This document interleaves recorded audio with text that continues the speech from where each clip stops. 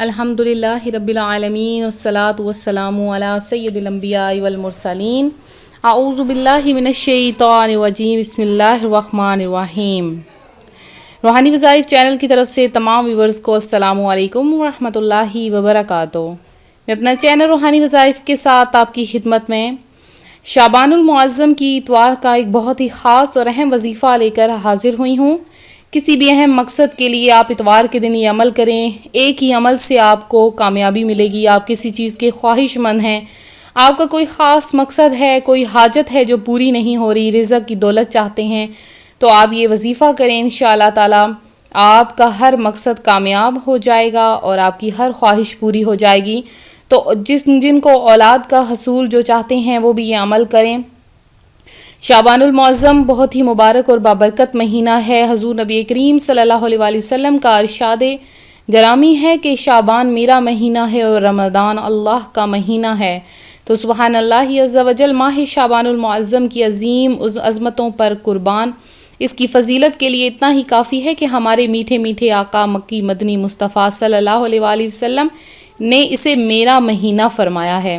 تو سرکار غوث اعظم شیخ عبدالقادر جیلانی حنبلی علیہ رحمۃ اللہ الولی لفظ شعبان کے 5 حروف یعنی شین، عین، با، الف، نون کے متعلق نقل فرماتے ہیں کہ شین سے مراد شرف یعنی بزرگی، عین سے مراد علو یعنی بلندی، با سے مراد بر یعنی احسان، الف سے مراد الفت اور نون سے مراد نور ہے۔ تو یہ تمام چیزیں اللہ تعالیٰ اپنے بندوں کو اس مہینے میں عطا فرماتا ہے، اور یہ وہ مہینہ ہے جس میں نیکیوں کے دروازے کھول دیے جاتے ہیں، برکتوں کا نزول ہوتا ہے، خطائیں مٹا دی جاتی ہیں اور گناہوں کا کفارہ ادا کیا جاتا ہے۔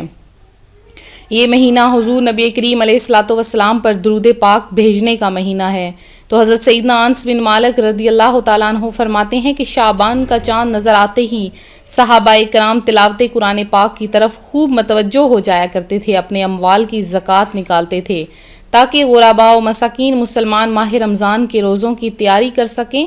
حکام قیدیوں کو طلب کر کے جس پر حد یعنی شرعی سزا جاری کرنا ہوتی تو اس پر حد قائم کرتے، اور رمضان شریف کا چاند نظر آتے ہی غسل کر کے بعض حضرات اعتکاف میں بیٹھ جاتے۔ تو سبحان اللہ عز و جل، پہلے کے مسلمانوں کا عبادت کا کس قدر ذوق ہوتا تھا، مگر افسوس آج کل کے مسلمانوں کو زیادہ تر حصول مال ہی کا شوق ہے۔ تو پہلے کے مدنی سوچ رکھنے والے مسلمان برکت والے دنوں میں رب الانام عز و جل کی زیادہ سے زیادہ عبادت کر کے اس کا قرب حاصل کرنے کی کوششیں کرتے تھے، اور آج کل کے مسلمان مبارک دنوں خصوصاً ماہ رمضان المبارک میں دنیا کی ذلیل دولت کمانے کی نئی نئی ترکیبیں سوچتے ہیں۔ اللہ عز و جل اپنے بندوں پر مہربان ہو کر نیکیوں کا اجر و ثواب خوب بڑھا دیتا ہے، لیکن دنیا کی دولت سے محبت کرنے والے لوگ رمضان المبارک میں اپنی چیزوں کا بھاؤ بڑھا کر غریب مسلمانوں کی پریشانیوں میں اضافہ کر دیتے ہیں۔ تو 100 کروڑ افسوس، خیر خواہی مسلمین کا جذبہ دم توڑتا نظر آتا ہے۔ تو اسی مہینے کی ان مبارک گھڑیوں میں جو میں آپ کے لیے وظیفہ لائی ہوں، ماہ شعبان المعظم کی اتوار کا بہت ہی خاص اور مجرب یہ عمل ہے۔ تو جو کوئی یہ عمل کر لے گا انشاءاللہ تعالیٰ وہ کامیاب ہو جائے گا، ہمیشہ کے لیے ایک ہی عمل سے اس کو کامیابی مل جائے۔ تو اتوار کے دن آپ 5 نمازوں میں سے کسی بھی ایک نماز کے بعد یہ عمل کر لیں، انشاءاللہ تعالیٰ کوئی بھی مقصد کا حصول اپنے ذہن میں رکھ کے آپ یہ عمل کریں گے، انشاءاللہ تعالیٰ آپ کو اس مقصد میں کامیابی حاصل ہو جائے گی۔ بہت ہی آزمایا ہوا اور آزمودہ عمل ہے، آپ نے یہ ضرور کرنا ہے۔ میری ایک بہن جو بہت زیادہ پریشان تھی، وہ میرے پاس آئیں اور اپنا مقصد مجھ سے ظاہر کیا کہ ان کے شوہر ان کے ساتھ بہت زیادہ برا سلوک کرتے ہیں اور ان کے ساتھ اچھا برتاؤ نہیں کرتے، ان کے بچوں کے ساتھ بھی اچھا سلوک نہیں کرتے، غیر عورتوں میں ملوث رہتے ہیں، نعوذ باللہ۔ تو میں نے ان کو یہ عمل بتایا، تو ان کے ایک ہی عمل سے ان کے جو خاوند ہیں وہ ان کے ساتھ بہت ہی اچھے ہو گئے۔ اور اس کے علاوہ آپ اگر اس حصول کے لیے چاہتے ہیں تو بھی یہ عمل کر سکتے ہیں، امتحان میں پاس ہونے کے لیے بھی یہ عمل آپ کر سکتے ہیں انشاءاللہ۔ بہت ہی خاص اور آزمودہ عمل ہے۔ آپ نے کرنا کچھ یوں ہے کہ ایک اتوار کے دن، ماہ شعبان کی اتوار کے دن، کسی بھی اتوار کے دن آپ یہ عمل کر سکتے ہیں۔ تو ماہ شعبان کی اتوار کے دن 5 نمازوں میں سے کسی بھی ایک نماز کے بعد آپ نے جائے نماز کے اوپر بیٹھ کر 2 رکعت نفل صلاۃ الحاجات کے پڑھنے ہیں. 2 رکعت نفل صلاۃ الحاجات کی آپ نے پڑھنے ہیں.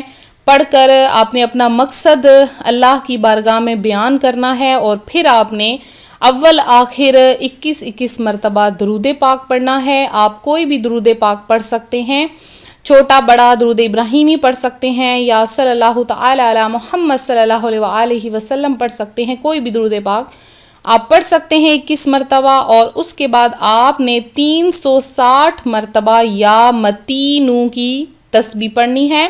360 مرتبہ آپ نے یا متینو پڑھنا ہے، یا متینو.